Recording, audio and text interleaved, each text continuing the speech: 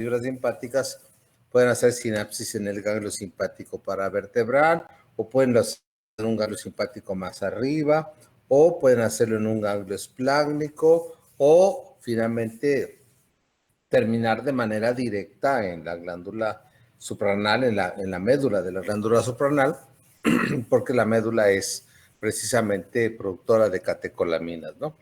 Y entonces ahí, en vez de hacer sinapsis con otra neurona, la fibra simpática lo que hace es terminar en un peocromocito, o células cromopines que tienen la médula. Y bueno, ahora vamos a seguir acá con las fibras parasimpáticas. Vamos a ver acá. Entonces vamos a ver si se ve Las fibras parasimpáticas, pues aquí lo que ven ustedes es precisamente las fibras parasimpáticas que están originándose en el bulbo raquídeo. En este caso particular, las que están aquí representadas, estas fibras, salen por aquí y son las que forman al nervio vago o décimo par craneal. Y todas las fibras parasimpáticas preganglionares salen formando parte del nervio vago y vean ustedes, bajan y bajan y bajan, bajan y ya llegan hasta cerca de la víscera, y ahí cerca de la víscera hacen la sinapsis.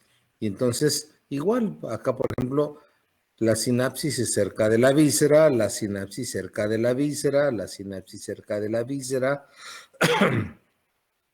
Todos estos sitios de sinapsis de fibras parasimpáticas, pues no son más que los ganglios paraviscerales, ¿sí? Que son los que nos faltaba comentar. Los ganglios paraviscerales son los ganglios donde hacen relevo las fibras parasimpáticas, y el nombre lo dice, los ganglios paraviscerales son ganglios que están cerca de la víscera o dentro de la misma víscera, ¿no? Y finalmente, por otro lado, tenemos, aquí hay unas fibras nerviosas que ven ustedes aquí que nacen en el vaso sanguíneo, y de ahí se dirigen a la médula espinal, pero entran por la raíz posterior, ¿no? Estas, entonces, aquí tenemos un ganglio. Este es el otro tipo de ganglio que podemos identificar. Ya por ahí una de sus compañeras había dicho, estos son los ganglios paraespinales o pararraquídeos. ¿Qué hay en los ganglios paraespinales o pararraquídeos?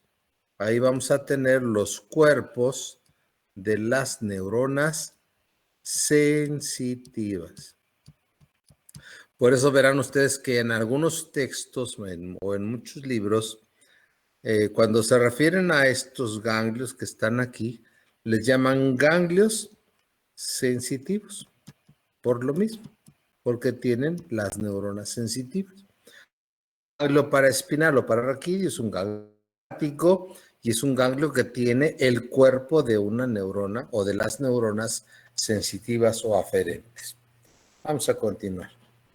Y bueno, por ahí también en el cuestionario habíamos dejado que investigaran qué es la irritabilidad. Es una propiedad celular que está compuesta por básicamente tres fenómenos físico-químicos, que son la excitabilidad, la conductividad y la contractibilidad, ¿no?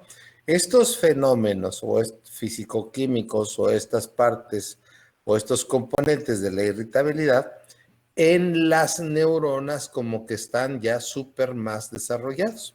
Sin embargo, estas propiedades celulares que vemos podemos encontrarlas desde el principio, desde los de las primeras células de un solo, los primeros organismos unicelulares, como la amiba, ¿sí? Una amiba es un organismo unicelular, y las amibas pueden tener la excitabilidad, la conductividad y la contractibilidad, ¿no? Primero, la excitabilidad. ¿Qué quiere decir esto? Que pueden responder a los cambios en el medio ambiente externo. Por ejemplo, una amiba, si a una amiba nosotros le ponemos un estímulo nocivo, ¿verdad? Pudiera ser no sé, una gota de ácido o algo que la pudiera dañar, inmediatamente la amiba lo percibe y va a emitir pseudópodos para que la amiba se desplace y no se dañe. O si pudiéramos poner una partícula alimenticia, ¿sí? Una partícula alimenticia, una molécula de glucosa, la amiba la va a identificar y va a emitir pseudópodos que finalmente van a englobar a esa partícula alimenticia y se la va a comer. Pero para esto el estímulo se propaga por toda la membrana celular y por eso es que la amiba se puede desplazar. Entonces conduce la información a toda la membrana celular. Y esto finalmente nos lleva a la contractibilidad. ¿Qué tenemos como esta? Esta es una gran propiedad de las neuronas, la excitabilidad. Quiere decir que las neuronas pueden fácilmente ser activadas o excitadas. De hecho, ya veremos, bueno, de hecho en la videoconferencia o en la entrevista que le hacen al doctor Rafael Yuste, ahí él les comenta que, que una sola neurona puede tener hasta 10,000, de 10,000 hasta 100,000 conexiones con otros. Y por ahí también les comentaba yo, por ejemplo, las motoneuronas de la asta anterior pueden recibir hasta 20,000 botones sinápticos. Aquí el esquemita nos muestra algunas, ¿no? Vean ustedes, por ejemplo, aquí tenemos una terminación de un axón en el cuerpo de la neurona. Esta es una sinapsis axosomática. Pero luego tenemos por acá, esta es una sinapsis axodendrítica, el axón a las dendritas, y puede haber sinapsis dendrodendríticas, etcétera, ¿no? Finalmente, todos estos botones sinápticos pueden ser de dos tipos, ¿sí? Podemos tener aquí, dependiendo del neurotransmisor, podemos tener sinapsis inhibitorias o sinapsis excitatorias para que esto nos dé finalmente la excitabilidad de la neurona. Conductividad, bueno, pues nosotros sabemos que las neuronas tienen unas prolongaciones larguísimas, ¿no? Unos axones larguísimos, como como ejemplo podemos poner las neuronas motoras del asta anterior de los segmentos sacros, de donde salen las neuronas, los axones salen por el nervio ciático, por ejemplo, y van a llegar hasta los músculos del pie. Imagínense ustedes la longitud de un axón de esa región, ¿no? Y la neurona es capaz de conducir el impulso eléctrico desde médula espinal hasta llegar al órgano efector, que pudiera ser el músculo esquelético, el músculo somático del pie o de la planta del pie. Y finalmente también, pues otro fenómeno físico es la contractibilidad, que en las neuronas no está muy desarrollada, pero que las neuronas al terminar en una fibra muscular, que puede ser, como aquí el esquema lo está representando, puede ser una fibra muscular cardíaca, puede ser una fibra muscular esquelética o puede ser una fibra muscular lisa. Finalmente, son las terminaciones nerviosas que terminan en los usos musculares los que van a dar la contractibilidad. Si quieres, le apagamos tantito. Sí, esto es para aquí. Y ya nomás les pregunto yo si se proyecta. No. Oye, ya le puse aquí. Seguimos por acá. Luego tenemos los receptores. Hay muchos tipos de receptores. Estos son los receptores que son, podríamos decir, los comunes y corrientes que los vamos a encontrar en cualquier parte del cuerpo y en cualquier parte de la piel, ¿sí? ¿Qué es un receptor?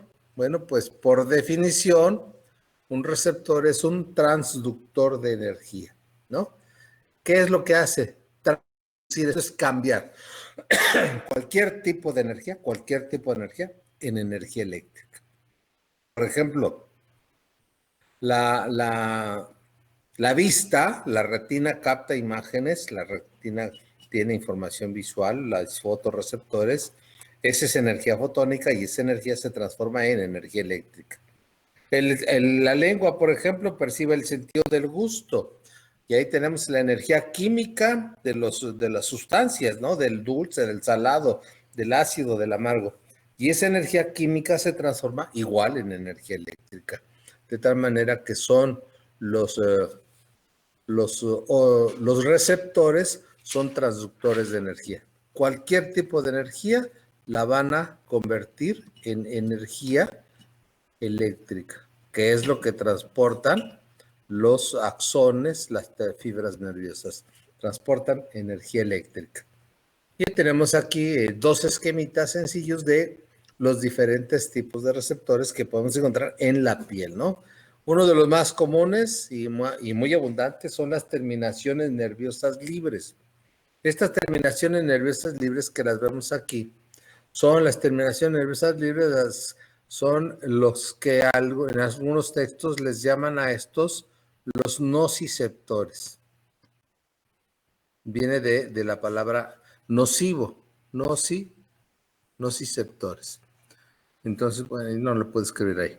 Los nociceptores son las terminaciones nerviosas libres, que son las informaciones que captan información de dolor. Aquí se percibe, estas perciben dolor.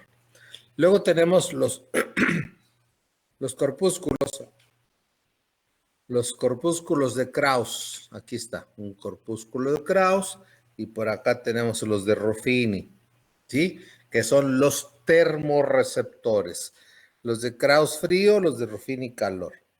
Luego tenemos los de Pacini o Batter-Pacini, que son de presión. Los de Merkel para tacto fino y tacto grueso. Y los de Meissner, ¿no? Pacini también son de presión. Entonces, son los diferentes tipos de receptores que podemos encontrar en la piel. ¿Y qué hacen estos receptores? Captar información según el tipo de receptor, captar información de dolor, captar información de frío, de calor, de tacto fino, tacto grueso, sentido de posición, incluso sentido de vibración. Y vean ustedes también aquí en la piel, sobre todo en esta imagen que está aquí. Pongan ustedes un poquito de atención más en esta. Aquí van a ver ustedes la raíz de los folículos pilosos. En la raíz de los folículos pilosos tenemos ahí una serie de fibras nerviosas que están en la base del folículo piloso. Estos son plexos nerviosos que están en la raíz de los cabellos. Y bueno, esto lo podemos constatar, fíjense bien, por favor, hagan esto. Toquen su cabello sin aplastar, solo alcancen a tocar ligeramente, ¿sí? Y háganlo y ustedes van a sentir cómo, sin tocar el cuero cabelludo, sin tocar la piel, sienten cómo se está tocando el cabello, ¿no? Por ahí está Lenny Juvencio. Sí, aquí soy. ¿Ya hiciste lo que te dije? ¿Trataste de tocar el cabello? Sí, doctor. ¿Lo tocaste superficialmente y qué percibiste? Pues una sensación. Fui recorriendo, pasé la mano como por toda la cabeza. Entonces fui sintiendo como esa sensación, sobre el cuero, pero sin tocarlo. Exacto. ¿Por qué? Porque tenemos receptores ahí, tenemos nerviosas en la raíz de los folículos pilosos, ¿no? Bien, vamos a seguir. Bueno, ya está, es otra imagen que es para definir qué es un receptor, qué es una neurona sensitiva, qué es una neurona eferente, qué es una neurona intercalar, qué es un centro nervioso. Tú mismo, Lenin Juvencio, a ver, platícanos de lo que hemos visto. ¿Qué podríamos hablar o qué podríamos decir de lo que es un receptor? ¿Qué es un receptor?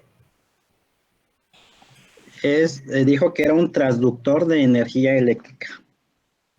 Un transductor de energía, pero que transforma o transduce cualquier tipo de energía en energía eléctrica. Exacto, Lenin, exacto. Y bueno, aquí tenemos varios componentes. Tenemos el receptor. Ahora, por favor, aquí mira, aquí es una terminación nerviosa libre. Y aquí tenemos esto. Aquí este esquema, bueno, le falta, no le pusieron el cuerpo de la neurona, pero yo se lo pongo, ahí está el cuerpo de la neurona. Y ahora dime eso que acabo de pintar en color rojo, ¿qué es? Pues serían fibras Ajá. simpáticas. No, porque lo puse en ¿O no? rojo, no, por eso no es simpática, no. Ah, ok, el color no. Si quieres le Pues cambiamos. serían fibras aferentes, Ajá, porque va del órgano efector sí, hacia la médula. correcto. Entonces ponle nombre completo a la neurona, por favor. Sería una fibra aferente Sí, y ah, creo que será somática o sensitiva. No. Somática, sí. ajá, ¿Qué fibra más? aferente. Era general. ¿Qué más? eh, y ya de ahí era propioceptivo. Era, ay, se me fue el último. Era, Fíjate dónde nace la fibra o de dónde recibe información. del exterior, entonces sería exteroceptivo. Correcto, Leoncio, sí. Esta es una fibra aferente somática general esteroceptiva. En este caso estamos representando en el esquema una terminación nerviosa libre, que es la que capta información de dolor. Y esta fibra nerviosa, ¿dónde tiene su cuerpo esta fibra, Lenin? ¿Dónde vemos que está el cuerpo de la neurona?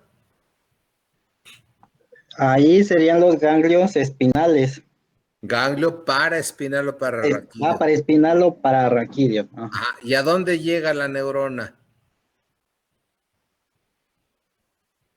¿Qué es esta parte de la médula espinal? Esa que estoy marcando ahí.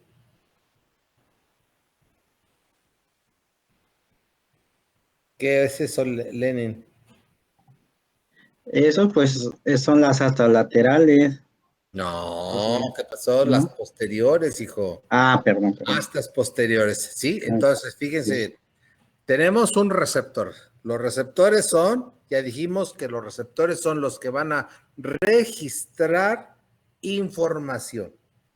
Hay muchos tipos de receptores y por lo tanto muchos tipos de información. En este caso, este esquema nos muestra solo una terminación nerviosa libre que capta información de dolor y que la va a llevar la información, una neurona aferente somática general esteroceptiva, ¿a dónde la va a llevar? Al asta posterior. Y ahí conecta con otra neurona chiquita. Oh, no. Regrésate. Que me adelantó. Aquí vemos cómo conecta con otra neurona, ¿sí? Y esa neurona conecta acá. Entonces aquí tengo otro componente neuronal. ¿Este qué es? Lenin. A lo mejor ahí no lo alcanzan a ver bien porque está la imagen chica, pero ahora vamos a hacerlo aquí grandote. Así grande. Ahí está la médula. Este es el asta posterior, el asta lateral, el asta anterior. Llega la neurona sensitiva, llega, hace sinapsis con otra neurona y esta conecta acá. Esta que está aquí, ¿cómo se llama? Lenin. Esas son las interneuronas. Exacto. ¿Esta es una neurona intercalar o es una interneurona o es una neurona asociativa que va a conectar a una sensitiva con una motora y que esto forma parte del arco reflejo simple bisináptico que veremos más adelante? Esto mismo, Lenin. Luego entonces acá, ¿qué tenemos? Aquí en el asta anterior, vamos a ver aquí, ¿qué es esto que estamos pintando ahora? recalcando, ¿y qué sería? Sería una fibra eferente. Sí, su apellido, Sí, eso ya sería, eh, pues, somática. correcto. Ujú, Aquí nada más así se queda, ¿verdad? ujú. Decía, les digo yo luego que esta es hija natural, solo tiene o papá o mamá y solo tiene un apellido, ¿sí? Esta es la fibra eferente somática. ¿Dónde nace? En el asta anterior. ¿Por dónde sale? Por la raíz anterior. ¿A dónde llega? A un órgano efector. ¿Y qué es aquí el órgano efector? Es una fibra de músculo estriado, músculo esquelético, músculo voluntario. Y bueno, y en la parte inferior está aumentado precisamente lo que veíamos, ¿no? Y aquí sí, aquí abajo sí corrigieron. La neurona sensitiva con su cuerpo en el ganglio, luego llega acá, hace sinapsis con la neurona intercalar que está aquí y esta conecta con la motoneurona y ya sale el axón, ¿no? Entonces ahí tenemos, vamos a la que sigue. Bueno, y entonces nosotros vamos a ver así de una manera muy rapidita y sencilla la filogenia y la ontogenia del sistema nervioso. Entonces, para esto primero lo que tenemos que definir es qué es filogenia y qué es ontogenia para poder entender más adelante qué es lo que vamos a ver. Entonces, la palabra filogenia, pues describe el diccionario. Es una palabra formada por el término filón, que quiere decir raza, grupo, tribu, por gen, que es general, y por ia, que es la cualidad. Filogenia. ¿Qué quiere decir? Se refiere al estudio de los orígenes de una especie o de un grupo o de una raza o de una tribu, ¿sí? ¿Cuál es el origen? ¿Sí? Entonces, en el caso de la filogenia del sistema nervioso, vamos a ver nosotros cómo el sistema nervioso fue evolucionando, porque aquí en la imagen del lado izquierdo tenemos pues desde todo lo que serían aquí las plantas, ¿verdad? Aquí están las plantas con sus diferentes términos.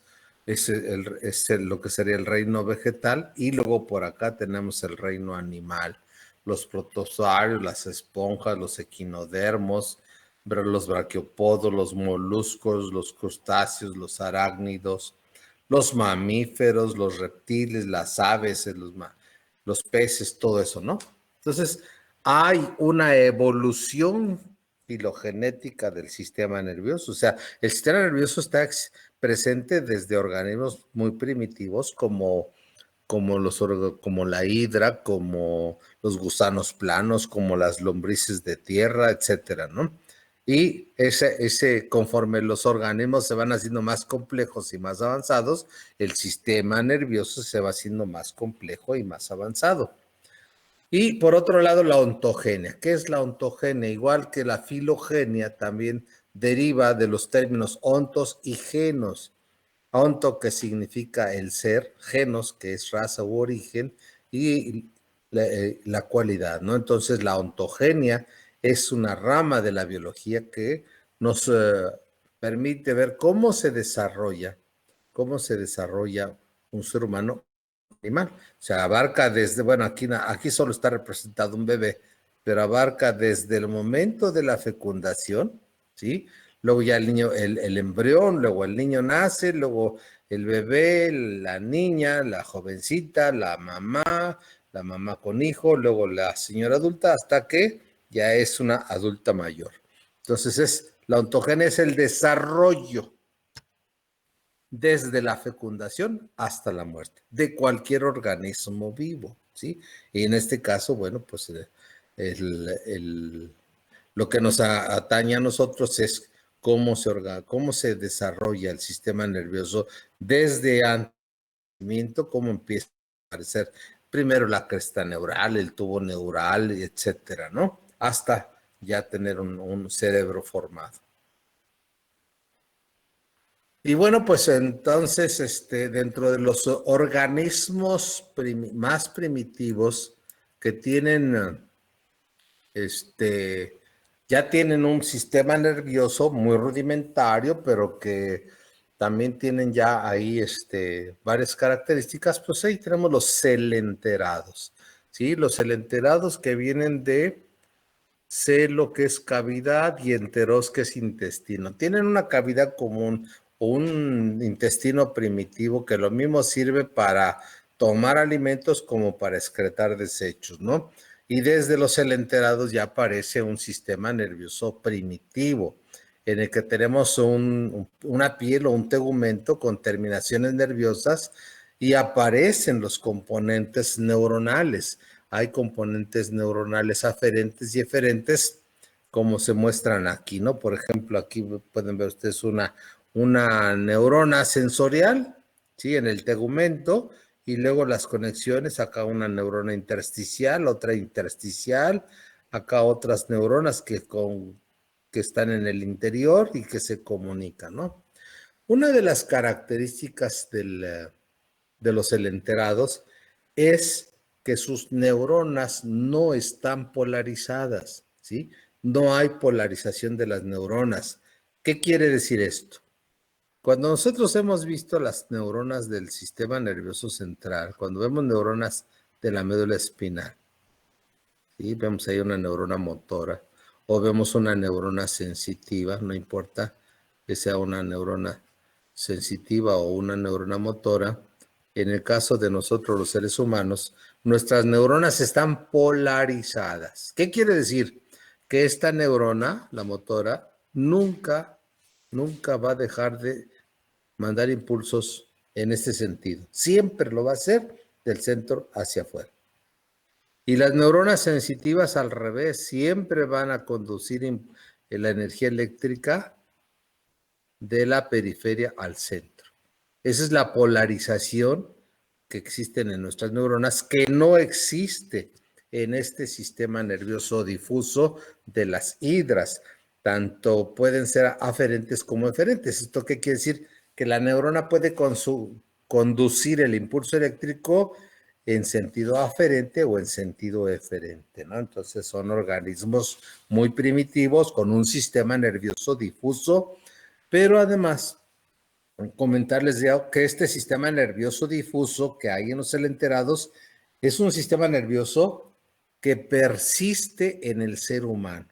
¿Qué quiere decir? Que nosotros, los seres humanos, tenemos por ahí, tenemos una...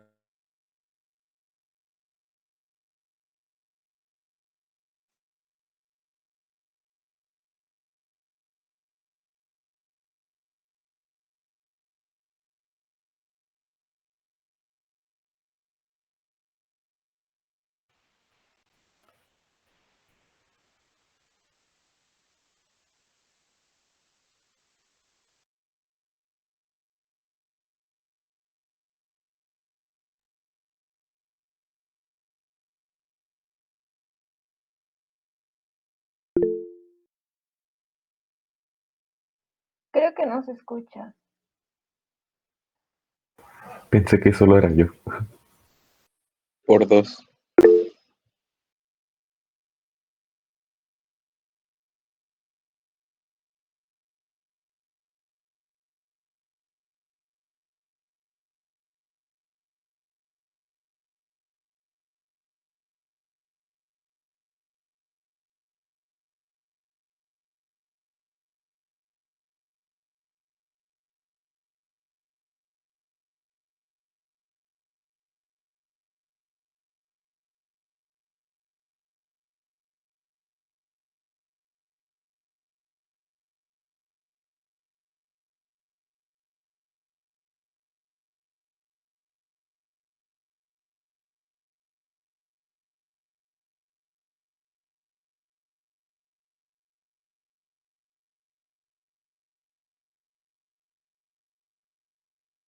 Tener forma de saco.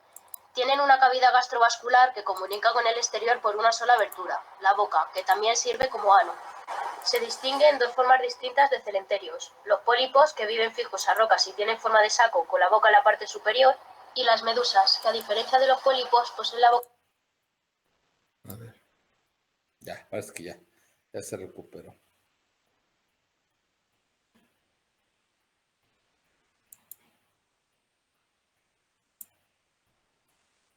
Ya.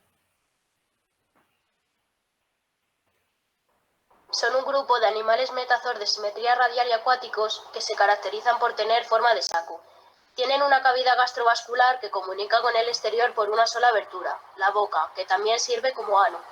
Se distinguen dos formas distintas de celenterios: los pólipos, que viven fijos a rocas y tienen forma de saco con la boca en la parte superior, y las medusas, que a diferencia de los pólipos poseen la boca en la parte inferior rodeada de tentáculos y se mueven por el agua. Poseen unas células especiales denominadas nidoblastos, que segregan una sustancia urticante cuya misión es el ataque para capturar a las presas. Para ello, los nidoblastos poseen un filamento que funciona en la forma de arpón.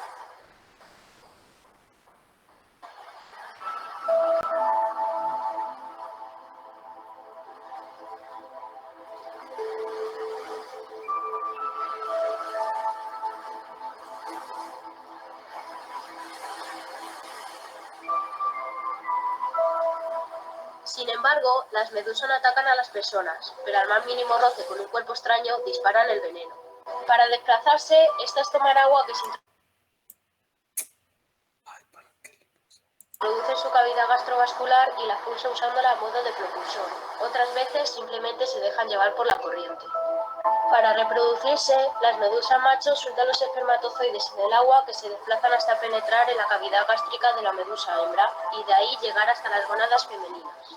A partir del óvulo fecundado se crea una larva ciliada llamada plánula que se fijará a un sustrato rocoso convirtiéndose en un pólipo denominado esciflistoma. Este pólipo sufre un proceso de gemación conocido como estrobilación y da lugar a larvas de medusa de forma estrellada que se denominan éfiras. Una vez sueltas estas éfiras, adquieren vida libre transformándose y creciendo hasta alcanzar la forma y el tamaño de una medusa adulta.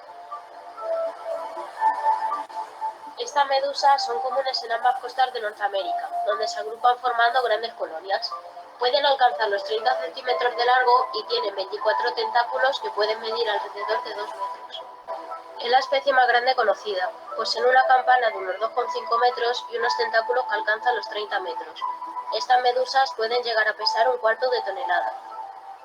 No es realmente una medusa, ya que está formada por una colonia de pólipos. Su nombre viene dado por la manera en que flota simulando a los barcos navales del siglo XVII. Midiendo solo 5 milímetros y con tentáculos de menos de 1 metro, su veneno es tremendamente poderoso, ya que pueden desarrollar síntomas como calambres musculares, dolores en la espalda, vómitos. Es la medusa más venenosa y peligrosa del mundo, siendo una de las criaturas más mortales de la Tierra. Tienen 15 tentáculos que pueden alcanzar los 3 metros de largo.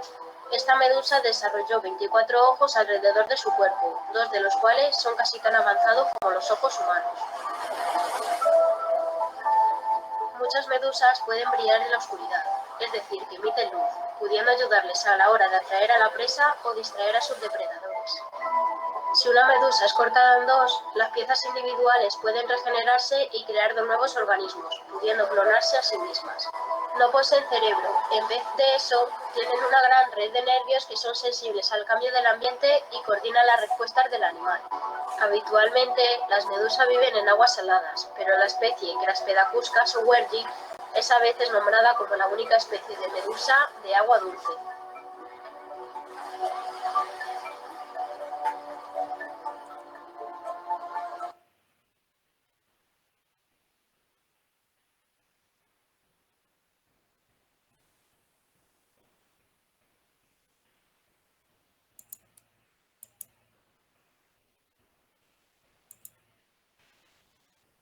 Bien, vamos a seguir. Para que tengan ustedes una idea de cómo es una medusa. Son, decíamos, de los organismos más primitivos y en este caso, pues estos organismos primitivos también los vamos a aquí a ver así de manera sencillita, rápida. Este es el que acabamos de ver. Esta es una red nerviosa difusa, ¿sí? Es una red nerviosa difusa. Por ejemplo, en la estrella de mar ya tenemos un anillo neural y unos nervios en forma de radio, en forma radial. Luego tenemos ya el gusano plano. En el gusano plano, aquí en la imagen le ponen cerebro, pero no es un cerebro en realidad, ¿no? Es un ganglio cefálico. ¿Qué quiere decir? Que ya en la parte cefálica hay más acúmulo de neuronas que predominan sobre el resto del cuerpo, ¿no? Pero no se puede llamar a esto en realidad un cerebro, es un ganglio cefálico. Tenemos, por ejemplo, las lombrices de tierra o los gusanos de tierra, que tienen una estructura segmentaria y que yo creo que cualquiera de nosotros cuando estuvimos pequeños nos llamaba la atención las lombrices de tierra y con una piedra, con cualquier cosa, la partíamos y veíamos cómo los dos segmentos se seguían moviendo. ¿Por qué? Porque no hay un predominio de un ganglio cefálico, ¿no? Sino que están los ganglios en cada segmento. Luego tenemos por acá el calamar, en el que ven ya ustedes en el calamar, hay un cerebro primitivo, unas estructuras todavía primitivas, el ganglio visual, el cerebro primitivo, hasta que ya en la parte central está visualizado el sistema nervioso del ser humano, ¿no? El que está constituido por un cerebro y una médula espinal con todos sus nervios. Vamos a la que sigue. Y bueno, ¿por qué vemos los sistemas nerviosos difusos? Pues porque decíamos que en el ser humano, en el hombre, el sistema nervioso difuso está presente en el tubo digestivo. Vean ustedes, aquí tenemos una imagen del tubo digestivo donde estamos viendo las capas del intestino. Esto lo vamos a encontrar en todo el tubo digestivo, desde el esófago hasta el recto, en mayor o en menor cantidad. Y vamos a ver las capas: mucosa, submucosa, la muscular con una circular interna y la longitudinal externa. Y entonces hay dos plexos nerviosos, dos. El plexo nervioso submucoso, que se muestra aquí, y el plexo nervioso mientérico, el plexo nervioso que está entre la capa circular y la capa longitudinal de músculo liso. Nuestro sistema digestivo, nuestro tubo digestivo, tiene esas redes nerviosas que hoy en día se están haciendo muchos estudios sobre hoy le llaman el cerebro intestinal, ¿sí? El cerebro intestinal. Y no se imaginan ustedes la cantidad de información que se está generando en torno a esto y lo importante que es conocer todo lo que está pasando aquí en el cerebro intestinal. Dicen que del cerebro intestinal depende la estabilidad emocional o nuestro cerebro como tal, ¿sí? Son de las cosas que hoy se están estudiando mucho. Y una persona que tiene mala digestión, una persona que come comida chatarra, una persona que le gustan sus Coca-Cola, sus gancitos y todo eso, ¿cómo creen que va a estar mentalmente? Pues mal, ¿verdad? Porque aquí hay un cerebro visceral. Entonces, ¿cuáles son las características del sistema nervioso difuso? De la hidra, que acabamos de ver ahí un pequeño video de cómo se mueven las hidras o las medusas. Bueno, pues lo primero es que sus neuronas no están polarizadas. ¿Qué quiere decir esto? Que el impulso eléctrico puede difundirse en todos sentidos, ¿sí? ¿Sí? Entonces se propagan en todos sentidos, lo encontramos en la hidra y es una red multisináptica y existen en nuestro cuerpo en el tubo digestivo. Y en el caso de la hidra es un sistema nervioso que no está centralizado, como lo dice la palabra, está difuso. Y en el recuadro de la parte superior derecha, ustedes van a ver ahí un esquemita de estas redes nerviosas o este cerebro intestinal que está formado por el plexo mientérico.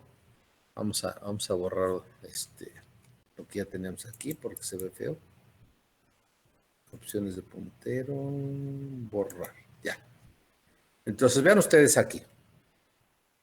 En el recuadro de la parte superior estamos reproduciendo una imagen de un libro de fisiología, no me acuerdo si es el GAN o no el GAN, o Gaito, no recuerdo, pero es un libro de fisiología.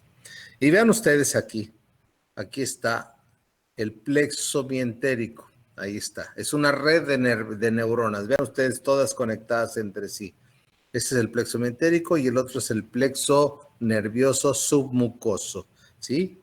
Aquí vean ustedes, el plexo submucoso es este, el plexo mientérico es este, y lo importante también de estudiar esto es que estos plexos digestivos o estos plexos intestinales están conectados con las dos partes del sistema nervioso vegetativo. Esto es el simpático y el parasimpático. Y en el caso de las fibras simpáticas, ¿sí? Bueno, ya vimos que el simpático, lo voy a poner acá para que lo recuerden. Acá está la médula espinal, aquí vamos a poner el asta lateral, el asta anterior. Y salen las fibras nerviosas originándose en el asta lateral, se dirigen a los ganglios y ya después de que hacen la sinapsis hacen el relevo y son las fibras postganglionares las que van a hacer sinapsis. ¿Pero a dónde? Fíjense bien aquí, voy a cambiar de color. ¿Sí? En las fibras simpáticas, para que no los confunda yo mucho. Las fibras simpáticas vienen aquí y hacen sinapsis. Hay fibras nerviosas que terminan en el plexo nervioso mientérico, pero otras fibras simpáticas postganglionares van hasta acá abajo a hacer sinapsis con el plexo nervioso submucoso. Esto es, el simpático, ¿dónde termina? En los dos plexos, en el mientérico y en el submucoso. Y en el caso del parasimpático es un poquito diferente. Ahorita sí voy a cambiar de color. El parasimpático, recuerden que Netter siempre lo pone en color azul, aunque aquí está en rojo, ¿no? Esta imagen no es de Netter, por eso es que no se sigue el mismo orden, ¿no? Pero entonces, en el caso del parasimpático, las fibras simpáticas preganglionares son las que bajan, bajan, y son las que van a hacer sinapsis hasta llegar a la víscera. En este caso, ¿la víscera cuál es? Pues el intestino. Y las fibras parasimpáticas que van a terminar, igual van a hacer sinapsis tanto con el plexo mientérico como con el plexo submucoso. ¿Cuál es la diferencia? El simpático, sus fibras que van a terminar en los plexos son postganglionares. En cambio, en el parasimpático, las fibras que van a terminar en los plexos son fibras parasimpáticas preganglionares, ¿sí? Y entonces la sinapsis se hace ya con las neuronas de los plexos. Preguntas hasta en este tema, muchachos. Esto es bien importante hoy en día, el cerebro intestinal. ¿No hay preguntas? Seguimos. Bien, esta está muy sencilla. Ya creo que saben identificar las estructuras. Vamos a ver, Miriam, Noemí. Miriam. Ahí está Miriam. Sí, Miriam, sí. vamos por partes. A ver, yo señalo y tú me dices qué es. Sí. ¿Qué es eso que señalé? Es la arteria aorta. Correcto. Luego vamos a señalar esto que está aquí, ¿qué es? Es el ganglio paravertebral. Ganglio paravertebral. Es un ganglio simpático. Bien. Tú misma. ¿Qué estamos viendo aquí? ¿Qué es eso? Esa es, pues, la... Ay, es que es justo en medio. ¿Qué es? Pues es que es la médula espinal, pero no sé si... Claro, es así sea nada exactamente más. una parte. Médula espinal. Okay. Y luego, a ver, esto que está aquí, ¿qué es? Ese es el ramo ventral del nervio intercostal. Correcto. ¿Y esto que está acá atrás?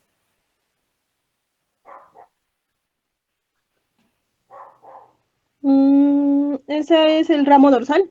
Correcto, muy bien. ¿Y esto que está aquí? Sí. Ah, ok. ¿Esto que está ahí señalando qué es?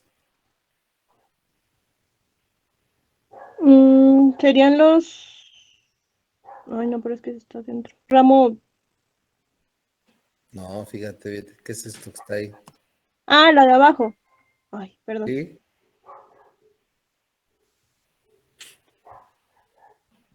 ¿Qué es todo esto? La apófisis espinosa. Correcto, la fosa espinosa. Bien, ahí no nos detenemos ya. Eso es un corte transversal donde se ve la columna vertebral, se ve los espacios medulares que luego estudiaremos más adelante, ¿no? Y bueno, pues aquí ya tenemos ya cómo se integra un reflejo. Los arcos reflejos son de dos tipos. Tenemos el arco reflejo monosináptico, que es el que estamos representando ahorita, y el arco reflejo bisináptico. Aquí tenemos los ejemplos de ambos, ¿no? Es muy sencillo. Tú misma, ¿cómo te llamas? A ver, deja ver. Miriam, ¿sí? ¿Ahí sigues? Sí. A ver, Miriam. Entonces, del lado izquierdo de la imagen, tenemos ahí lo dice, ¿no? Es un arco reflejo simple monosináptico. ¿Cuáles serían los componentes de ese arco reflejo simple monosináptico? Mm, Ahí es 1, 2, 3, 4 y 5. Ahora dime qué son esos componentes. mm. Rápido, Miriam. O sea, empezaría como del receptor, Claro, claro. Todo arco reflejo empieza la con un... fibra aferente, Sí, correcto. el eferente, no, el intercalar, No, a ver, luego el eferente, fíjate ahí, por favor. Lo que señalé con el número ok, 3, ¿qué es? ajá, ¿Qué? la sinapsis, Exacto, la sinapsis. 4, ujú, es la eferente, la neurona eferente motora. Y el 5, mm, pues ya es el músculo, ¿no? exacto, el Sería órgano. Exacto, el músculo, el ajá, músculo estriado, el músculo voluntario. Bueno, pues los arcos reflejos simples monosinápticos, el típico es el que ustedes tienen que hacer cada que van a explorar un paciente, el que ya ustedes en propedéutica, que por ejemplo es el reflejo patelar, donde estimulamos ahí con un martillito, le pegamos al tendón del cuadríceps. Y entonces ese estímulo va a viajar rápidamente. Hay un receptor en el tendón, viaja por la neurona aferente, llega hasta el asta anterior, hasta la motoneurona del asta anterior y sale la respuesta motora.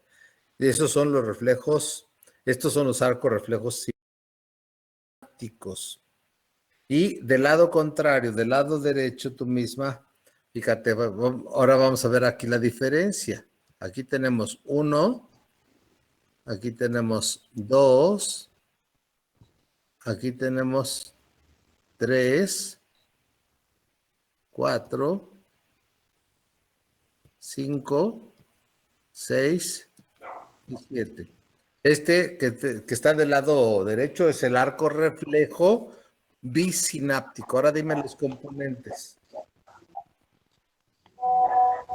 sería otra vez el receptor, Correcto. la aferente, ¿Sí? perdón, ajá, la sinapsis, Correcto. Primera sinapsis. Ajá. aunque primera sinapsis, Ajá. luego sería la interneurona, Ajá, correcto. Luego, luego sería la segunda sinapsis, sí, correcto. luego sería el eferente, Ajá. Y terminamos. En el órgano efector. Correcto, muy bien. Entonces, vean ustedes, aquí está el arco reflejo simple monosináptico y el arco reflejo simple bisináptico. ¿Cuál es la diferencia? Uno tiene solo una sinapsis y el otro tiene dos.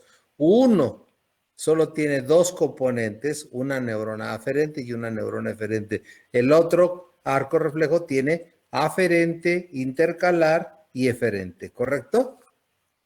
Seguimos entonces con la siguiente. Bueno, y entonces en el caso de lo que hace ratito vimos de la hidra, de las medusas, de los plexos intestinales, etcétera. Bueno, pues en nuestro cuerpo, en nuestros organismos, hay sistemas nerviosos multisinápticos. Esto es, ya en la conferencia que vimos del doctor Rafael Yuste, que vimos un pedacito nada más, el doctor Yuste decía que una sola neurona puede conectar desde 10,000 hasta 100,000 unidades, hasta con 100,000 neuronas, ¿no? Imagínense lo complejo que es esto. Y hay, en términos generales, en el cuerpo o en el tejido nervioso, hay dos tipos de modelos multisinápticos. Esta imagen que ven ustedes aquí en el centro es una imagen del texto del maestro Luis López Antúnez, Anatomía Funcional del Sistema Nervioso. El maestro López Antúnez fue fundador de la Escuela Superior de Medicina, en donde yo estudié, y fue fundador del SICS, donde yo trabajo. Entonces, el maestro López Antúnez, además de que fue un eminente maestro de anatomía y de neuroanatomía, también escribió un libro. Lástima que pues él murió hace 34 años y pues ya el libro ya no fue editado, ya no se volvió a editar, no se ha actualizado, pero fíjense, les voy a comentar algo. El libro del doctor Luis López Antúnez, hasta la fecha lo utilizan los residentes de neurología y de neurocirugía. Y se utiliza en varios países y en varios hospitales. Entonces, tenemos por ahí dentro de nuestros egresados, tenemos por ahí dos que están haciendo la especialidad en neurocirugía. Uno se llama Domingo y otro se llama Ángel. Y uno de ellos me dijo que si le podíamos sacarle fotocopias a mi libro que tengo yo de López Antúnez y se lo fotocopiamos y se lo obsequiamos, porque dice que es un tesoro para los neurólogos y los neurocirujanos. Y bueno, aquí en esta imagen del maestro López Antúnez tenemos los dos modelos de modelos multisinápticos. O sea, ¿qué es un modelo multisináptico? Es un modelo en el que hay varios tipos, varias sinapsis. Pero tenemos que está del lado izquierdo, que es un modelo, lo voy a representar así con flechitas. Este es un modelo multisináptico de tipo divergente. Permítanme. Doctora, le comunico a su hijo. Tu niño. No. Mi amor, mi hijo.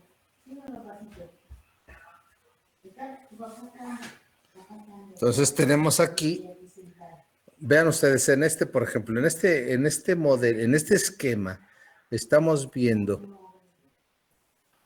Ay, no, perdón, aquí me equivoqué, no es así, ahorita déjenme. Ya.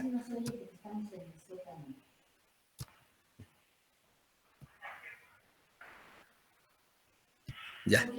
A ver, entonces vamos a la parte superior. Vamos aquí a la parte superior. Y aquí en la parte superior lo que el maestro representó fueron células receptoras. Son células receptoras primitivas. Y luego de esas células receptoras se conectan con las neuronas aferentes. Aquí vemos una neurona aferente, aquí otra neurona aferente, otra neurona aferente. Y esa información que llega por varias neuronas,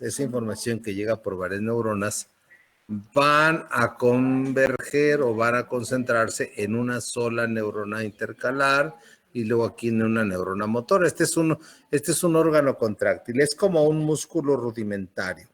Entonces, este primer modelo que está aquí, este es un modelo de un modelo multisináptico de tipo convergente, donde estamos viendo que el estímulo es captado por varias neuronas, por varias células receptoras, pero finalmente la respuesta contráctil sale por una sola, ¿sí? Entonces ven acá muchas, acá la multisinapsis y acá ya por un solo órgano, ¿sí? Este es un modelo multisináptico de tipo convergente. Y este es otro diferente, donde vamos a ver igual aquí un estímulo acá, aquí entra a una neurona, a otra neurona, pero esta, por ejemplo, vean, esta se abre y se comunica o se conecta con 3 neuronas.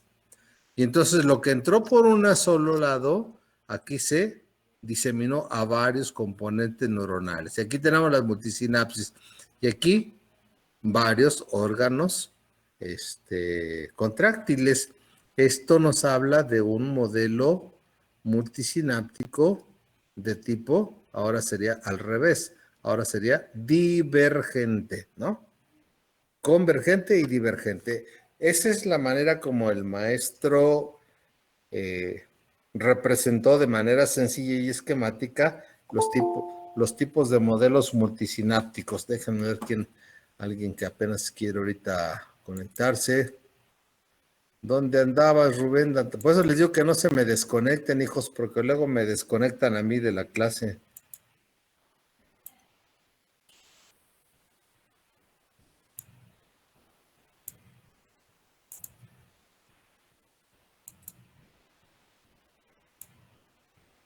Seguimos. Entonces, esto que ven ustedes en la parte central es como el esquema sencillo de lo que es el sistema nervioso. Pero ya les ponemos aquí de lado izquierdo y del lado derecho 2 ejemplos de modelos multisinápticos, tanto un convergente como un divergente. Y lo vamos a explicar con calma. Miren ustedes acá, lo que tenemos es un pedacito de la estructura de la retina. La retina ya sabemos que está formada por conos y bastones. Entonces, esta capa que ven ustedes aquí son los receptores de la retina, que son los conos y los bastones. Ya luego veremos cuando veamos lo de la vía visual, vamos a ver ahí que los conos los vamos a encontrar sobre todo en la mácula, en una parte del ojo, hay solo conos. Y el resto de la retina va a estar formada por conos y bastones. Pero aquí, no quiero que se compliquen mucho con la imagen, solo miren, quiero que vean esto. Aquí tengo 1, 2, 3, 4, 5, 6, 7, 8, 9. Tengo 9 receptores, ¿sí? Tengo 9 receptores entre conos y bastones. Pero luego aquí ya se hacen las sinapsis. Aquí hay un complejo multisináptico, aquí hay otro complejo, aquí hay otro complejo. Y ya donde va a salir el impulso eléctrico por el nervio óptico, si aquí tengo 9 receptores, acá solo tengo 2 células ganglionares. ¿Qué está pasando ahí? ¿Qué tipo de modelo multisináptico estamos representando? A ver, Juan Jesús Bautista. Juan Jesús. Sí, aquí estoy. ¿Qué tipo de modelo será el de la retina y sus capas? ¿Qué tipo de modelo es? ¿Convergente o divergente? Convergente. Claro, es convergente porque estamos viendo que de muchos receptores el impulso finalmente va a salir por 2 axones o 2 neuronas ganglionares, ¿no? Entonces es convergente. Bien, ahora vamos al lado contrario, vamos al lado derecho y ahora les voy a mostrar la diferencia. Ahora les voy a poner aquí igual. Vamos a ver en este. Solo voy a abarcar esta. Una terminación nerviosa libre de la piel, ¿sí? Y entonces eso origina una neurona aferente somática general esteroceptiva. ¿Qué va a entrar? Va a entrar por la raíz posterior del nervio espinal. Pero esta fibra nerviosa, fíjense bien qué hace. Emite, emite una, emite una rama para arriba, emite otra rama para abajo y emite otra rama para acá. ¿Sí? ¿Qué pasó con el estímulo que entró por una sola neurona? Tú mismo, Jesús, Juan Jesús. ¿Qué pasó con el estímulo que entró por una sola fibra? Se transmitió a las otras. Ajá, y entonces ¿qué tipo de modelo multisináptico es? ¿Convergente o divergente? Divergente.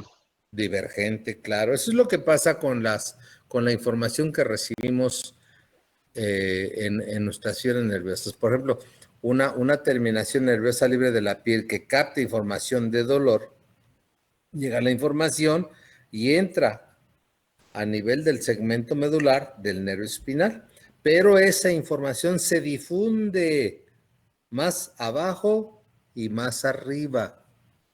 Y por eso ven ustedes que cuando tenemos una lesión, vamos a suponer que hay una lesión ¿qué será? Estamos cosiendo el botón de la camisa, ¿no? Se le cayó el botón a mi camisa y agarro mi agujita y mi hilito, en vez de que le diga yo, mamá, anda a ver, cóseme el botón, yo lo voy a coser. Y cuando estoy cosiendo el botón, pues de repente pongo el dedo y la misma aguja me puede pinchar. Entonces, ¿qué pasa cuando nos pinchamos un dedo con la aguja? La respuesta, ¿sí? La respuesta que ustedes van a ver es una respuesta de varios músculos, ¿no? Puede ser la mano, el antebrazo, el brazo y hasta el hombro, dependiendo de la intensidad del estímulo doloroso. Esto nos habla de que la respuesta está siendo realizada por varios segmentos medulares y que se recibió en un solo nivel, ¿no? Entonces, ¿sí queda claro esto? Sí, doctor. Sí, Seguimos entonces. Características de los sistemas nerviosos. Entonces, evolutivamente, y esta imagen nos está mostrando cómo van avanzando, ¿no? La evolución en el desarrollo. Acá tenemos los equinodermos, los protozoarios, los platelmintos. Luego ya aparecen por ahí los insectos. Parece que es un alacrán, no alcanzo a verlo bien. Ahí ya tenemos un insecto. Luego ya tenemos acá los peces, los reptiles, aquí la parte donde se formaron los dinosaurios, ¿verdad? Ahí tenemos los dinosaurios que luego desaparecieron, luego los mamíferos, los chimpancés, los orangutanes, hasta llegar al ser humano, ¿no? Entonces, los sistemas nerviosos se van haciendo cada vez más complejos conforme se va haciendo más complejo el organismo, ¿no? Entonces, veíamos, por ejemplo, que la hidra tiene unas neuronas que no están polarizadas y los impulsos nerviosos se propagan por todos lados. Entonces, el estímulo puede ser de diferentes tipos, pero la respuesta siempre va a ser exactamente la misma, ¿no? La respuesta va a ser la misma porque no tienen células polarizadas. Ya los gusanos planos y los gusanos redondos o los anélidos ya tienen acúmulos de neuronas formando lo que se conocen como los ganglios cefálicos. Y, por ejemplo, ya ¿qué será un insecto? Una mosca, por ejemplo. En la mosca ya tenemos un ganglio cefálico y ganglios segmentarios. En los arácnidos también tenemos un ganglio cefálico y un ganglio segmentarios. Y en el ser humano, bueno, pues el ser humano es el más complejo de todos los sistemas nerviosos que existen, donde se tienen millones de neuronas polarizadas. Y bueno, aquí ya lo que compete nada más al sistema nervioso de los animales, ustedes, bueno, ya saben que en la escala animal, cuando ustedes llevaron biología en la secundaria, les hablaron del reino animal y que ese reino animal está formado por desde las familias más primitivas, que son los peces, luego los anfibios, los reptiles, las aves, hasta llegar a los mamíferos, ¿no? Y entonces estamos viendo aquí una imagen que nos muestra, por ejemplo, en los peces, el lóbulo olfatorio o el bulbo olfatorio es muy grande, muy desarrollado. O sea, nuestro sentido del olfato es rústico, es rudimentario, no lo podemos comparar con el de los peces. Luego ya los anfibios pues todavía no tienen un cerebelo bien desarrollado, son rústicos sus movimientos. No, perdón, los anfibios primero. Luego los reptiles ya empiezan a tener mejor locomoción. Luego aparecen ya las aves. En las aves, algo que es muy característico en las aves es ya el desarrollo del cerebelo. Ese cerebelo pues es el que nos explica el por qué ya en las aves puede haber un equilibrio. Ustedes saben que muchas de las aves vuelan y hay algo que esta función muy compleja requiere de una coordinación del equilibrio y de núcleos vestíbulos cerebelosos para coordinar el vuelo, ¿no? Y ya llegamos finalmente al mamífero, donde los mamíferos en la mayor adquisición ya es de corteza cerebral. Vean ustedes lo que es en amarillo. ¿Qué es lo que va ganando el sistema nervioso en la evolución? ¿Sí? Amarillo, amarillo, amarillo. Y vean, pues lo que va ganando es mucho hemisferio cerebral, pero también azul, cerebelo, cerebelo, cerebelo, y vean el cerebelo. Entonces ya en nosotros los seres humanos, el desarrollo del cerebro, de los hemisferios cerebrales y del cerebelo son sumamente importantes y complejos.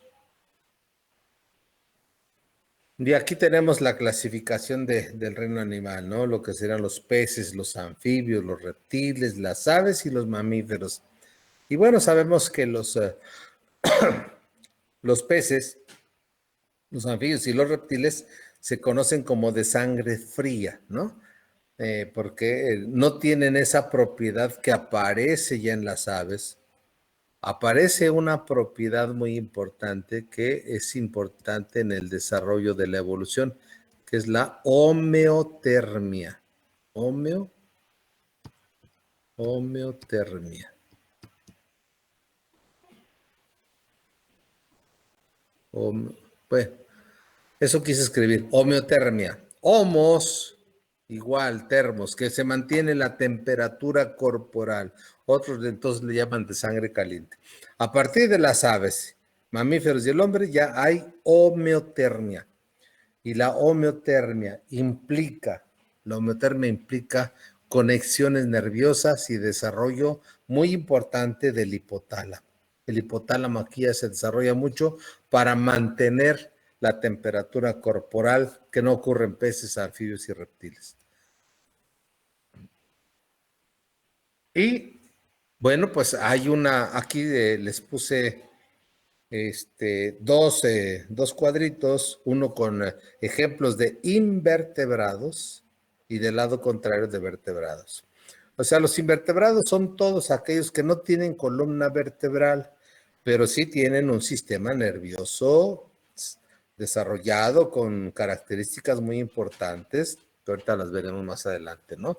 Por ejemplo, ahí pueden ver, esta es la mantis religiosa, la catarina, este es un pez con la mariposa, la abeja, la mosca, la libélula, las arañas, las cochinillas, las hormigas, los grillos, etcétera, ¿no? Todos estos son invertebrados, no tienen columna vertebral, pero sí tienen ya un sistema nervioso con funciones muy importantes. Por ejemplo, en la mosca, ya hay fotorreceptores. En la libélula hay fotorreceptores, ¿sí? En las arañas hay fotorreceptores. En los grillos hay fotorreceptores, ¿sí? Todo esto tienen fotorreceptores. Pero tienen otras características muy importantes, ¿no? No solo los fotorreceptores. Tienen, por ejemplo, ya el sistema nervioso tiene funciones endocrinas. Y entonces, lo que nosotros aquí vemos ya, pues es una mariposa. Pero antes de ser mariposa, las mariposas, ¿qué son? Gusanitos, son gusanitos. ¿Y cómo es que cambian la forma de un gusano a una mariposa? Bueno, porque hay secreciones endócrinas que hacen que haya una metamorfosis, que cambie la forma del gusanito a una mariposa, ¿no? Entonces, y esto lo vemos con los moscos, con las moscas. O sea, cuando vemos en la basura, en la basura vemos la descomposición de la basura y en la descomposición de la basura vemos muchos gusanos. ¿Qué va a pasar con esos gusanos? Pues van a cambiar de forma y van a formarse luego las moscas de diferentes tamaños, ¿sí? O cuando vemos el agua estancada y vemos ahí unos gusanitos que unos le llaman maromeros, son las larvas de los mosquitos, que luego van a cambiar de forma y se van a transformar en mosquitos. Esos cambios morfológicos, esa metamorfosis, es parte del sistema nervioso y parte del sistema endocrino.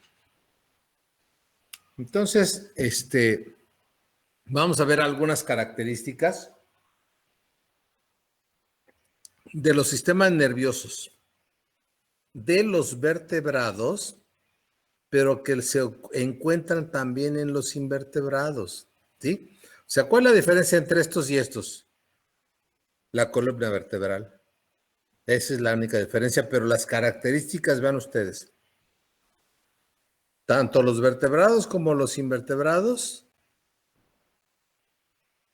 tienen diferenciación de receptores. Ya hay diferenciación de receptores, ya tienen receptores especializados. Aquí ya tenemos, decíamos, ya habíamos dicho aquí en estos insectos hay ojos, hay fotorreceptores. Correlación de funciones, centralización de funciones nerviosas. Ahora ya vemos que aunque no tienen un cerebro, por ejemplo, aquí la catarinita ya tiene aquí un ganglio cefálico, un ganglio que está predominando sobre el resto de los componentes neuronales, ¿sí? Sí, y generalmente se empiezan a concentrar en las partes cefálicas. Se desarrollan campos asociativos, ¿sí? O neuropilas. ¿Esto qué quiere decir? Pues que hay ya mayor complejidad en las neuronas y aparecen fibras nerviosas que tienen la posibilidad de conducir el impulso eléctrico a mayor velocidad, ¿sí? Y eso mismo permite que se integren reacciones rápidas, ¿sí? No solo aumenta la velocidad de conducción de los impulsos nerviosos, sino que se integran reacciones rápidas. La correlación neuroendocrina que les decía yo, la metamorfosis, que la vemos en las mariposas y en otras. Y la cefalización, que es la concentración de tejido nervioso en la parte cefálica sin ser un cerebro, ¿sí? Concentración nada más. Bueno, y aquí tenemos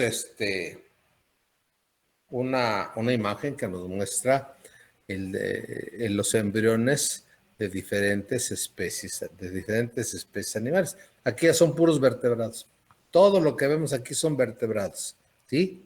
Aquí tenemos un pez, aquí una salamandra, aquí una tortuga, aquí un pollo, aquí un cerdito, aquí un carnero, aquí un conejo y aquí el ser humano. ¿Por qué esta imagen? Porque quiero que vean la parte inicial, la parte de arriba. Sea un pez, un reptil, un ave o un mamífero o el ser humano, los embriones son muy parecidos. Tienen vesículas cerebrales primarias, tienen plácula óptica, tienen arcos branquiales, tienen segmentos, ¿sí? Ya después se va haciendo la diferenciación Pero vean ustedes los embriones. Los embriones todos son muy similares. Ya después empiezan a aparecer características ya propias de cada ser vivo, ¿no? Pero en etapas iniciales, un embrión de pez y un embrión de ser humano son muy similares. Un embrión de pez y un embrión de un conejo son muy similares. Porque aquí podemos ver, decíamos, vesículas cerebrales, placa óptica, arcos branquiales. Aquí están los arcos branquiales, la estructura segmentaria. Por eso es importante la filogenia y la ontogenia, ¿no? Y bueno, ya después de que vemos que hay características de los vertebrados en los invertebrados, bueno, pues vemos que en el proceso evolutivo se va a llevar a cabo la encefalización. ¿Qué es la encefalización? Cuando se acumula ya tejido nervioso en la parte cefálica y que se hace más dominante sobre el resto del cuerpo. Y eso mismo va a favorecer que se vayan desarrollando mecanismos locomotores que hacen que el individuo se desplace hacia adelante. El extremo, la parte anterior del cuerpo, la parte cefálica, es la primera que se pone en relación con el resto del medio ambiente. Y por eso ven ustedes que ya en los cordados, que es esta rama que está aquí, en los cordados, en todos ellos vamos a tener en la parte cefálica, ¿qué vamos a tener en la parte cefálica? Pues el desarrollo de la vista, el desarrollo del gusto y el desarrollo del olfato, porque son las partes que van a recoger información, ¿sí? Pero estas características de la encefalización las empezamos a ver que aparecen ya desde los gusanos planos. Por ejemplo, aquí en una esponja no hay no hay desarrollo del sistema nervioso en la parte central, ¿no? Es un sistema nervioso difuso.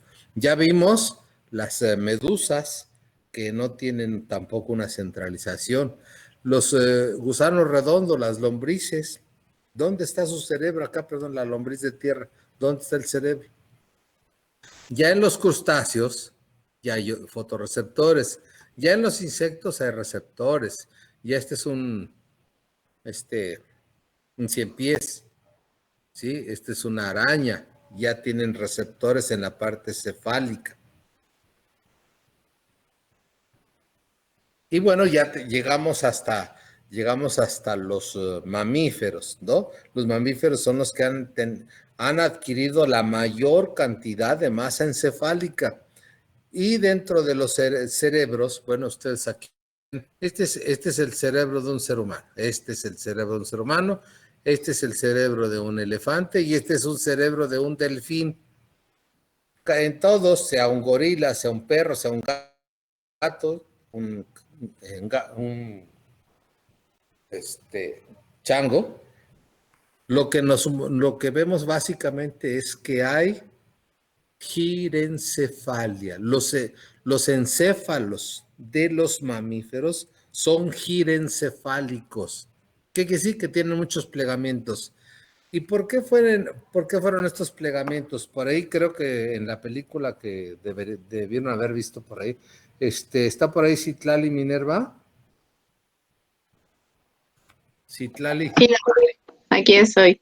Ajá. Oye, Citlali, ¿por qué es esto de la girencefalia? ¿Por qué se hace la corteza cerebral se pliega? ¿Para qué? Para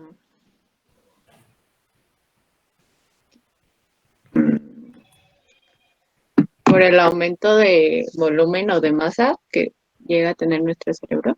Bueno, de hecho sabemos que el volumen del cerebro del ser humano pues ha ido aumentando durante la evolución, ¿no? Aumenta el volumen. ¿Y qué más? ¿Y el córtex? La corteza aumenta, se pliega mucho la corteza. Y bueno, con excepción de este cerebro que ven ustedes del lado izquierdo, este es el cerebro de un mono silbador, que es el Sapohus libidinosus, es un changuito que lo podemos ver en Sudamérica. es un ejemplo de un lisencéfalo. Miren ustedes, ¿sí? Su cerebro tiene pocos pliegues, está casi liso el cerebro, pero si ven ustedes la mayoría tienen muchos plegamentos, la corteza, el elefante tiene muchos plegamentos, lo que no tiene es mucha cantidad de cerebro, aunque aquí se ve como si fuera muy grande, en cuanto a proporción son pequeños. Entonces con la girencefalia hay mayor cantidad de sustancia gris y hay mayor cantidad de cuerpos neuronales, ¿no? Y nuestro cerebro es de los más plegados, de los que tiene más plegamientos, con excepción del delfín. Los delfines tienen más girencefalia que el ser humano. Y bueno, pues aquí tenemos el perfil de la evolución del ser humano desde los primitivos Australopithecus, luego el Pithecanthropus erectus, el Homo habilis, el Homo sapiens, hasta el ser humano actual. ¿Qué cambios ocurrieron para que se fuera desarrollando el cerebro? Bueno, primero, tú misma, Minerva, ¿te acordarás el volumen de un cerebro de Australopithecus?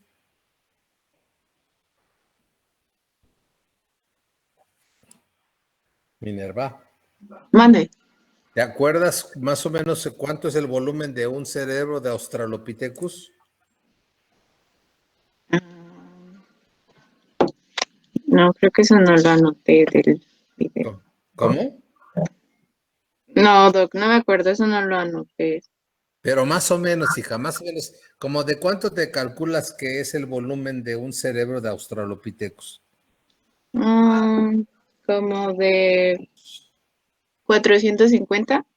Exacto, 450 centímetros cúbicos. Y el hombre actual tiene 1350. 1350. ¿Sí?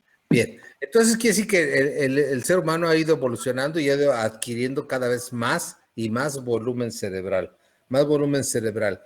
Esos cambios que han ocurrido para que aumente la cantidad de corteza cerebral, pues tienen que ver precisamente con estos fenómenos o estas características que estamos poniendo ahí, ¿no? ¿Qué aparece? La bipedestación, ¿no? Australopithecus es el primero que empieza a enderezarse y ya se desplaza con las extremidades inferiores. Y entonces las anteriores son largas y móviles y eso permite que después desarrolle la destreza manual. Se desplaza el centro de la gravedad del Australopithecus, todavía se desplaza con extremidades superiores e inferiores, pero cada vez se va desplazando el centro de la gravedad hacia atrás. Esto implica cambios en el sistema del equilibrio, implica desarrollo del cerebelo y algo que es muy importante en el ser humano, o en el hombre, es el desarrollo de la oposición del pulgar, o el pulgar se hace oponible. Marcos Emiliano García. Marcos, ¿estás por ahí, Marco? Sí, doctor. Dime por qué es importante la oposición del pulgar. Para poder sujetar las cosas. ¿Y eso qué permitió que desarrollara en el ser humano?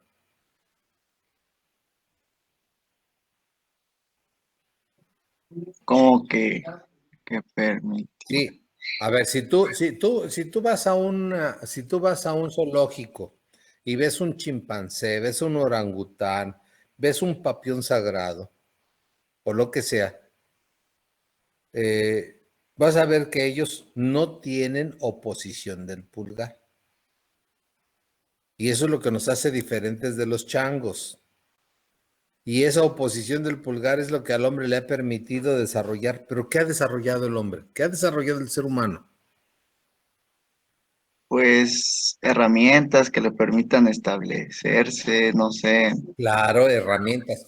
Empieza el hombre a elaborar herramientas, empieza a elaborar cuchillos de pedernal, empieza a elaborar lanzas, empieza a elaborar luego herramientas ya para el cultivo. Todo esto, ¿qué va dando más adelante? En que se volvieran sedentarios y dejaran de ser nómadas. Claro, se desarrolla el sedentarismo y ya no eran nómadas como antes, ya se establecen en cuevas, se empiezan a hacer vasijas, se empiezan a hacer a utilizar las pieles de los animales cazados para cubrirse, etcétera, etcétera. Y hoy en día, el ser humano tiene características muy importantes por la oposición del pulgar. Dime algunas. Mm,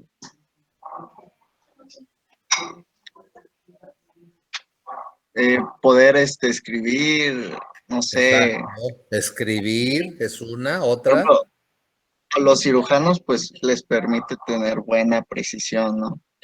Exacto. En- Imagínate un cirujano vascular periférico. Imagínate un cirujano, un neurocirujano. Imagínate un cirujano oftalmológico. ¿Qué precisión necesitan para su trabajo, no? Y bueno, podemos ahí meter muchas cosas que le caracterizan al ser humano actual, ¿sí? Que son la destreza manual. Finalmente, el que el pulgar se haga oponible es porque se desarrolla la destreza manual. Y en esa destreza manual está todo lo que se imaginen y se puedan imaginar, como es tocar un instrumento musical, como es las artesanías, cualquier artesanía, ¿sí? La pintura, la escultura, el bordado, el tejido, el uso de la computadora, el manejo del mouse, el uso de un celular, etcétera, ¿no? ¿Sí queda claro entonces? Sí, doctor. Y bueno, con la evolución del ser humano, vemos cómo, aquí vean estos ojos cómo están acá y acá vean cómo están acá. Los ojos se van desplazando hacia la parte frontal. La región nasal se va reduciendo. Aquí son narices muy anchas, aquí ya son menores, ¿no? Entonces los ojos se aproximan hacia la región frontal y se desarrolla más la vista y además, bueno, la erección de la cabeza, mantener la cabeza erecta en el ser humano. Todo eso implica más control de neuronas. Esto implica mayor cantidad de neuronas para cualquier cosa. Y bueno, pues miren, por aquí les muestro, aquí se muestran los cráneos. Miren, Australopithecus, ahí está, Homo habilis, Homo erectus, Homo sapiens, el Neandertal, hasta el Homo sapiens sapiens, el más actual. ¿Cuáles son los principales detalles que se ha visto en la evolución del ser humano? Bueno, por ahí la BBC de Londres publicó hace tiempo unas características que hablan de cómo es qué características hicieron que el ser humano fuera desarrollándose a través de millones de años, ¿no? Entonces, uno era vivir en grupo, ya la gente vivió más en grupo. Esto mismo implicó que el cerebro necesitara de más sangre para trabajar el lenguaje, para desarrollar el lenguaje, para desarrollar las habilidades. Y por ahí hay estudios que hablan precisamente de que hay cambios genéticos en la evolución del ser humano. El HAR1, el ARHGAP11B son genes que tienen que ver con el crecimiento de la corteza cerebral. O sea que en la misma evolución del ser humano hay cambios genéticos.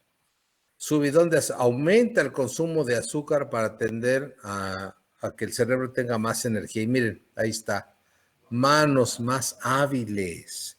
Una de los detalles muy importantes es la destreza manual. Las mandíbulas se hacen más débiles para darle más espacio al cerebro, ¿no? Nuestras mandíbulas son más pequeñas. Vean aquí en la imagen, aunque no se alcanza a ver muy bien, vean la mandíbula del Australopithecus y vean la mandíbula del Homo sapiens. sea, la mandíbula ha disminuido de tamaño, pero también en parte por los cambios en la alimentación, ¿no? Hoy en día nosotros comemos los alimentos cocidos, licuados, procesados, microondas, olla express, etcétera. Lo que implica que cada vez hagamos menos esfuerzo para comer y eso mismo va haciendo que nuestras mandíbulas cada vez sean más pequeñas y eso también tiene que ver con la desaparición de los terceros molares.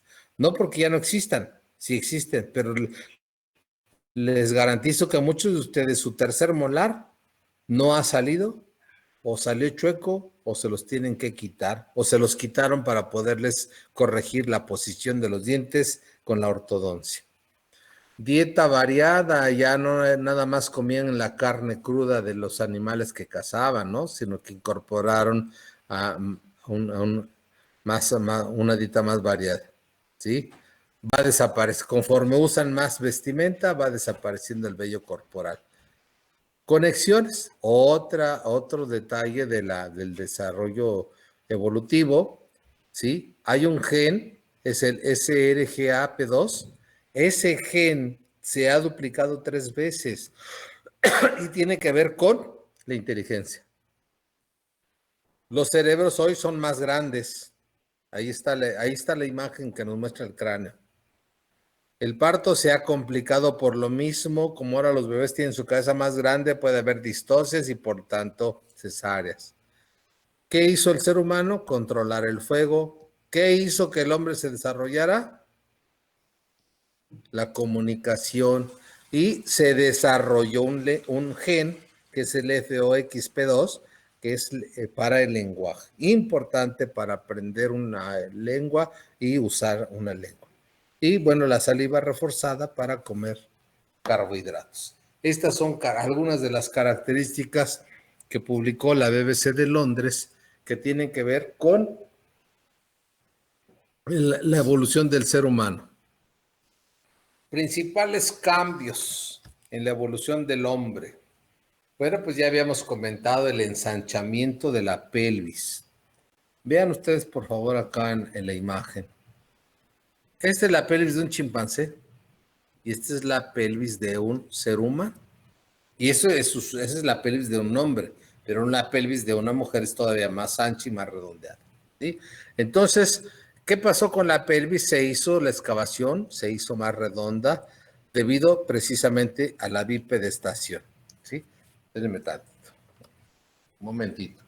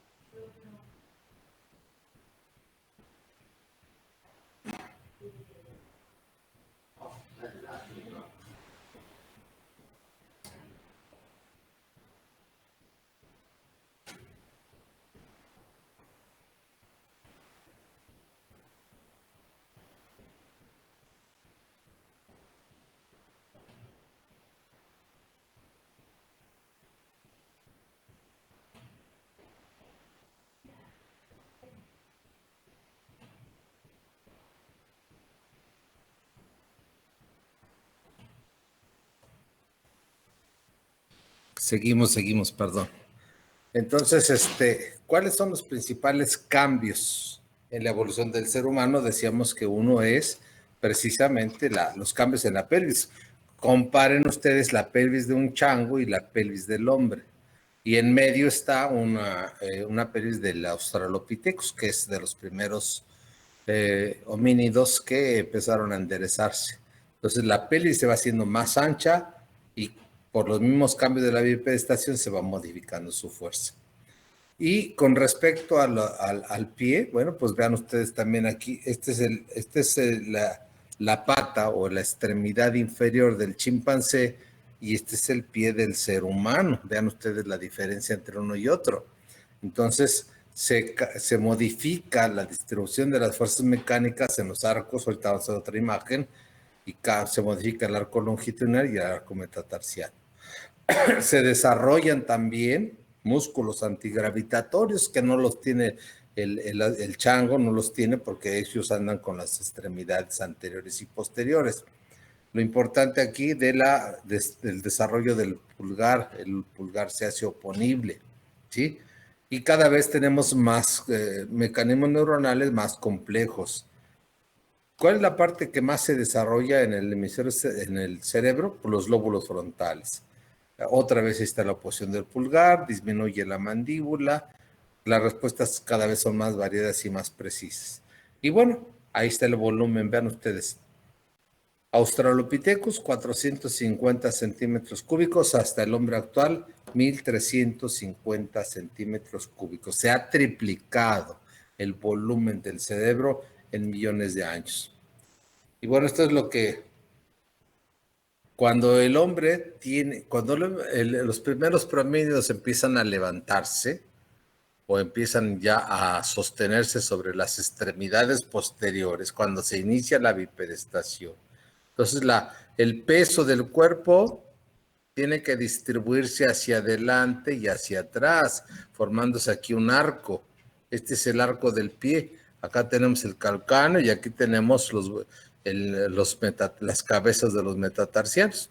Entonces el pie se modifica, ¿verdad?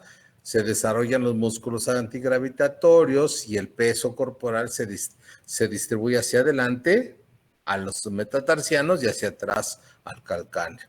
Y vean ustedes las huellas, ¿sí? Esta es la huella de un pie de un Australopithecus que data de 3.7 millones de años, Luego el Homo erectus que data de hace de 1,5 millones de años.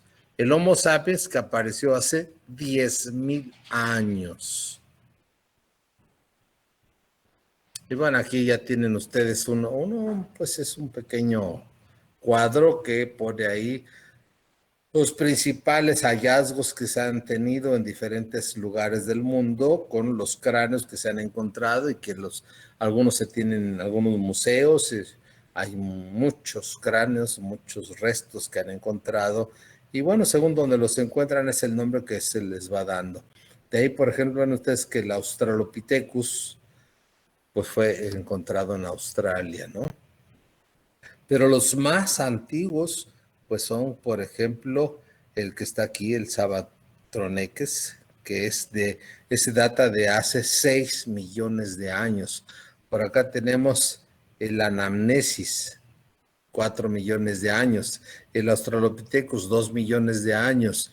Luego por acá tenemos el Homo erectus, 1 millón de años. Y por acá está el hombre actual, ¿no? Entonces, y bueno, pues la imagen de la parte superior nos muestra que ahora ya nos estábamos enderezando y ahora otra vez ya nos estamos encorvando por estar mucho tiempo en la computadora o en los... Y bueno, entonces esta imagen ya se las hice llegar por ahí con los nombres de los pares craneales. Yo les recomiendo, por favor, que repasen ahí nombre. Es importante que nos aprendamos el nombre, el número y la función general. Entonces vamos a ver si aquí podemos repasar rápidamente los nervios craneales.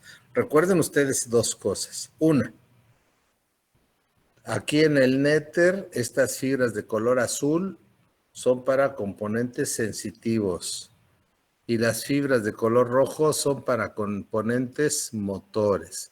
Así es que tenemos nervios craneales sensitivos, nervios craneales motores y nervios craneales mixtos. Vamos a ver si nos acordamos de estos pares craneales. Vamos a empezar con Julissa Jacqueline.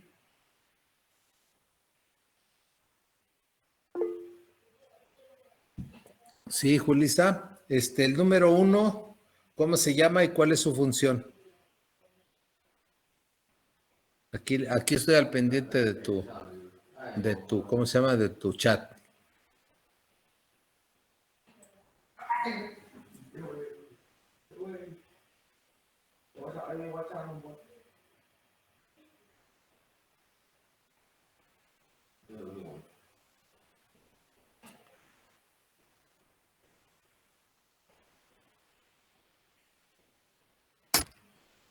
Es el nervio olfatorio, primer par craneal. ¿Y para qué sirve, hija? Se llama olfatorio el primer par craneal. ¿Y cuál es su función general?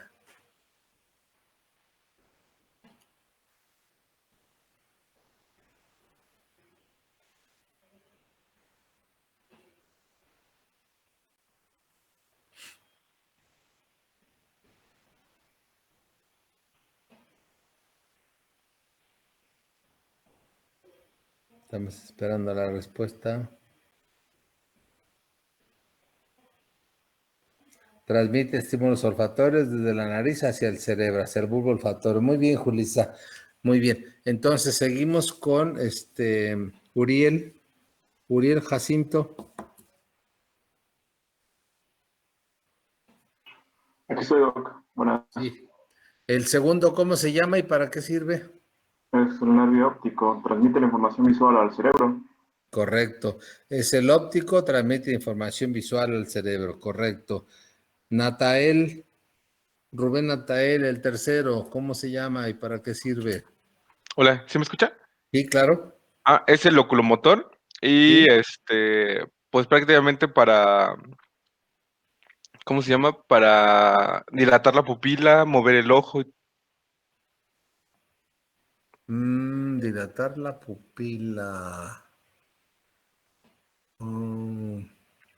Lo dejamos en mover el ojo ahorita, ¿no, hijo? Porque todavía no vemos, las partes de simpática y parasimpática del ojo. Y entonces el tercer par craneal lo que tiene es fibras parasimpáticas que cierran la pupila, no que la abren, ¿sí? Por eso ahorita nada más lo dejamos como que mueve al ojo, ¿sale? Ok. Función general. Y seguimos con Eric Labastida. Aquí estoy. Sí, Eric, el 4, ¿cómo se llama y qué hace? Es el patético o troclear. Ajá, ¿y qué hace? El movimiento de los ojos. Movimiento ocular, muy bien. Hasta ahorita con eso es suficiente. Luego seguimos con Miriam Angélica. Miriam Sí, Angélica. aquí estoy, doctor. El 5, ¿Me hija. escucha? Nombre y función El general. 5. Sí, el 5 es el trigémino y ¿Sí? es sensitivo. Da Ajá, sensibilidad a la cara, a sí. los senos, dientes y cavidad orbitaria Ajá. ¿Y luego? ¿Nada más? y bucal. Bueno, se divide en tres, A ver, hija, mira, aquí está el tres trigémino. ramas. ¿Es sensitivo o es Perdón, motor? perdón, es mixto. Exacto, es mixto, exacto. Entonces, recoge la sensibilidad general de la piel de la cara y ¿qué más?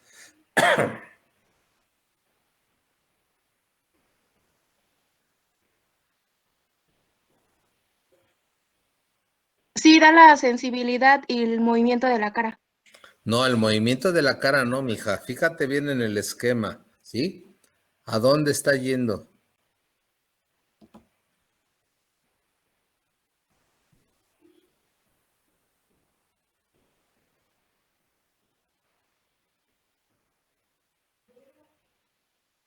¿Qué músculos están ahí Ah, representados? los músculos masticadores. Exacto, exacto. Entonces el trigémino recoge la sensibilidad general de la cara y mueve a los masticadores. Tú misma dime del 6. Nombre y función general.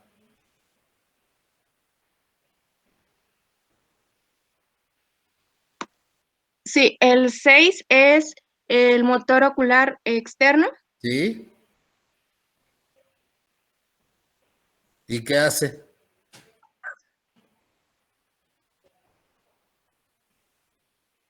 Es el movimiento de los ojos.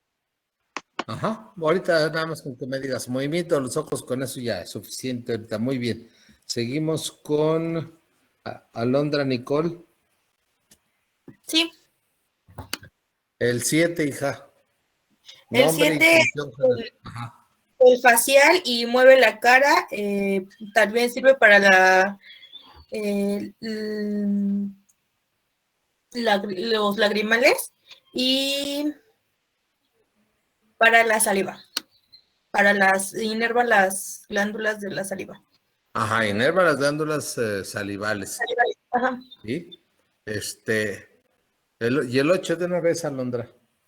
Sí, el 8 es el vestíbulo coclear y ese nos va a servir para el equilibrio. Equilibrio y Y la audición. correcto. Jorge Alberto Arredondo. Ahí vemos que escribas tu respuesta, hijo. Alberto. El que sigue, el 9. ¿Cómo se llama y qué función tiene?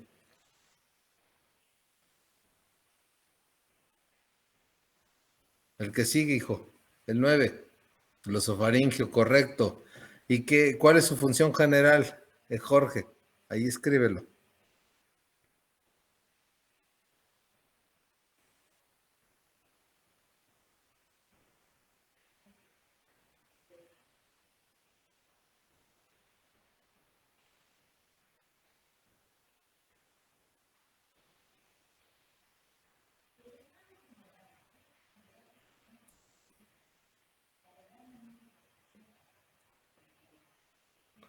Vamos esperando, Jorge, tu respuesta.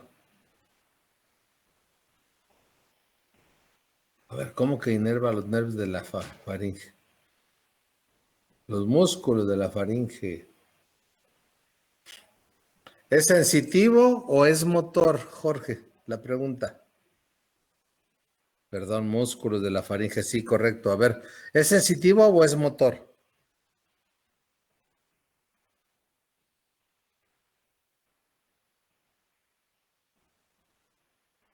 Es mixto, correcto, Jorge. Sí, es mixto. Por una parte mueve a los músculos de la faringe, por otra parte recoge la sensibilidad de la faringe y recoge también el sentido del gusto del tercio posterior. Bien, y entonces tenemos luego el nervio vago décimo par craneal, que es mixto, ¿verdad? Tiene una parte motora, que es el parasimpático, que va a dar la inervación. Todo lo que ven ustedes aquí, vísceras tóraco-abdominales. El vago inerva la laringe, la tráquea, los bronquios, los pulmones, el corazón, el esófago, el estómago, el duodeno, el yeyuno, el ilion, hasta la mitad derecha de colon. Y también recoge la sensibilidad. Hay fibras que viajan junto con el vago y llegan acá.